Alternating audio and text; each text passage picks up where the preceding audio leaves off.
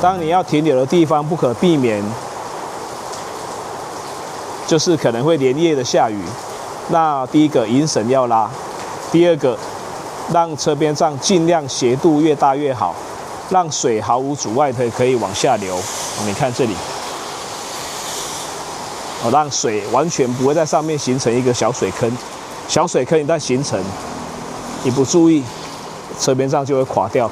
不管你是哪一种车边帐，这个一定要特别注意哦。现在还在下雨，看一下外面，还在下雨。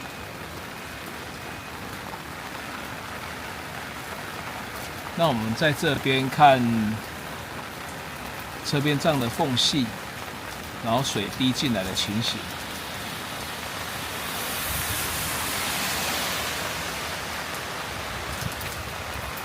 这边可以看到水，外面在下雨，然后这个是车边帐的边缘。其实你打开门进出，发现现在还在下雨，其实水要一段时间可能才有1-2滴滴下来。那很多人会想要问一件事情，店长常常被问关于车边帐跟车体中间如何完全密封。如果你是一台大型露营车，然后你经常性就是要开门，在这边可能有一个厨房，你要煮东西，这个比较合理。我自己的大台露营车，因为那个车边帐是紧贴车顶，因为我是特种露营车，这种情形之下，刚好就一点点缝把它封起来，水就不会从门边这边滴下来。再来就是你的车边帐的选择，像为什么这次 base 我不配更宽的那个平台，因为我希望车边帐的本体大概躲在车的这一边，所以会有水下来。看我们现在在拍摄过程，旁边还在下雨，但是我这边没有水直接滴到我身上。但是当然，如果你一整个晚上门都要开这样子，水或多或少还是会有一点。那可以把它封闭起来，又很美观。如果可以找到这个点，也是可以的。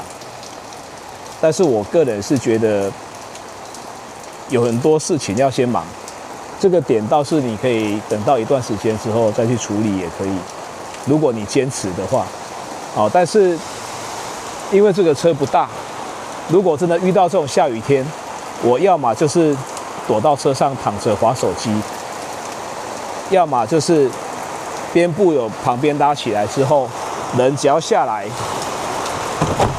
我的门就关起来，我就是在外面这边跟朋友在那边喝酒聊天。所以这个影响，刚好我终于等到今天下雨天来拍摄你。你看我们现在看起来，外面现在雨又变大了，但是你看这边，它会进来的水其实就是一小部分，没有想象中那么多，一定不会影响到你打开门进出。